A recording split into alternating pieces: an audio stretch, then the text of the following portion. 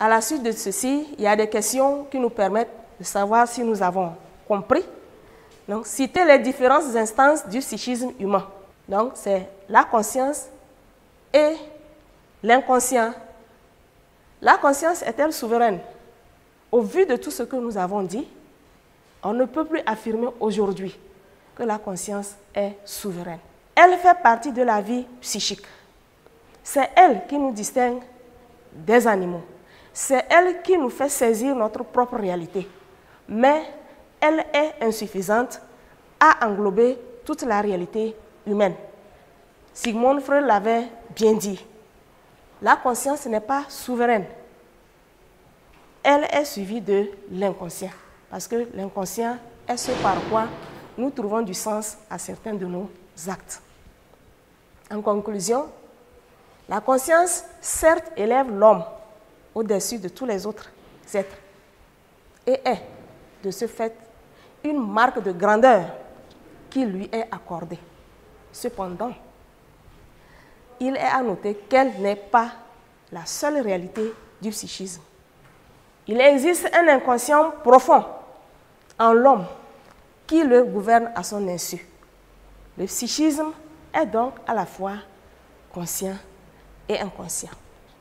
Donc, par rapport à cette révision sur le chapitre, nous avons proposé un sujet, un exercice que nous allons aborder pour étayer notre cours.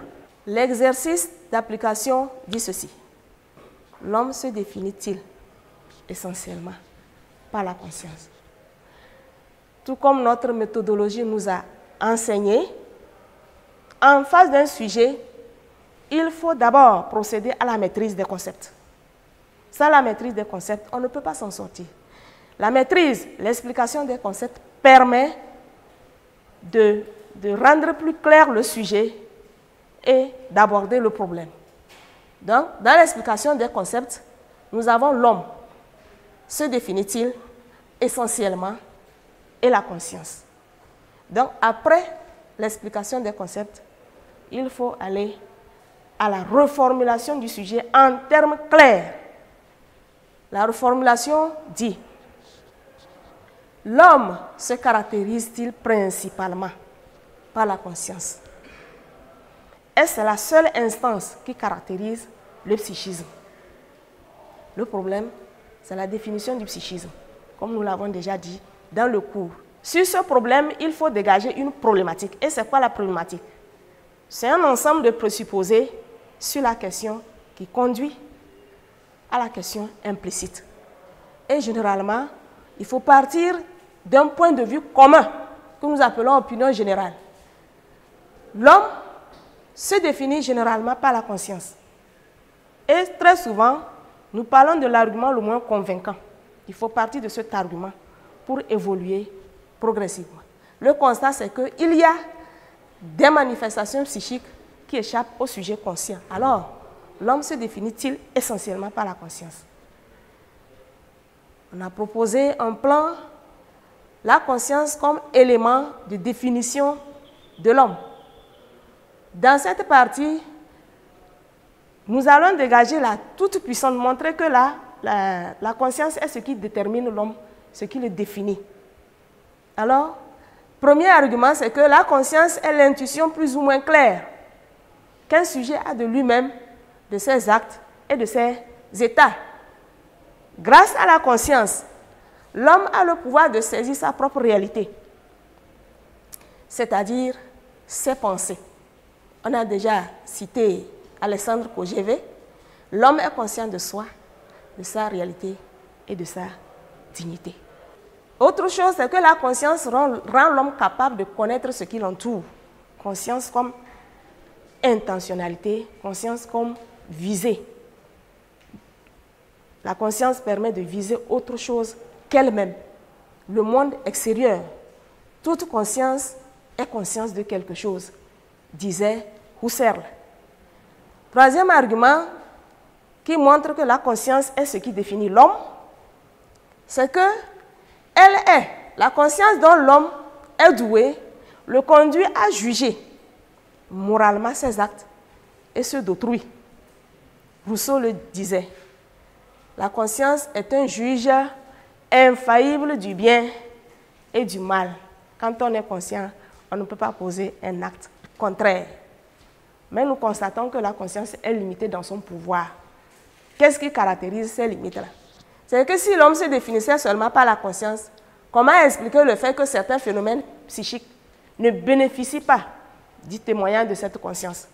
C'est que quelque part, les précurseurs de l'inconscient ont montré que la conscience a des limites.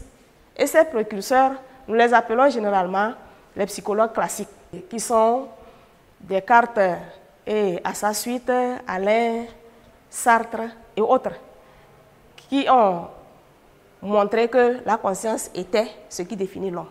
Mais les philosophes, après eux, certains philosophes ont montré que la conscience avait des limites. Et ces précurseurs, nous avons Nietzsche, entre autres, nous avons Spinoza, nous avons Leibniz et en partie Freud. Donc Nietzsche disait que ce dont nous avons conscience, que c'est peu de choses. Beaucoup de choses nous échappent. Grand B maintenant, l'inconscient comme élément de définition de l'homme. La conscience est impuissante à contrôler tous les actes, états et pensées de l'individu, à expliquer leur origine profonde, ce qui pousse à considérer l'homme comme un être inconscient.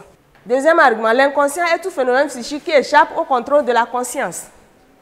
Il est donc le garant du sens de certains actes, pas tous. Certains actes dans la vie psychique ne bénéficient pas du témoignage de la conscience. Freud écrit, pour bien comprendre la vie psychique, il faut cesser de surestimer la conscience. Il faut cesser de placer la conscience au-dessus, parce que parfois elle échoue. L'homme est un être inconscient, parce que certains de ses actes offrent le cadre d'expression ou de manifestation des désirs ou des pulsions inconsciemment refoulées. Dans son ouvrage intitulé « Introduction à la psychanalyse », Freud donne l'exemple du lapsus.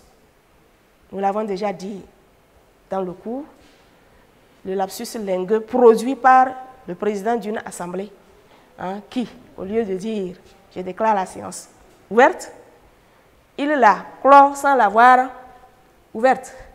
Donc, en voulant tout expliquer par l'inconscient, Freud a exagéré, tout comme les tenants de la conscience aussi ont exagéré. C'est-à-dire, les deux parties sont radicales. Pour Freud, l'inconscient domine dans la vie psychique. Il ne nie pas l'existence de la conscience.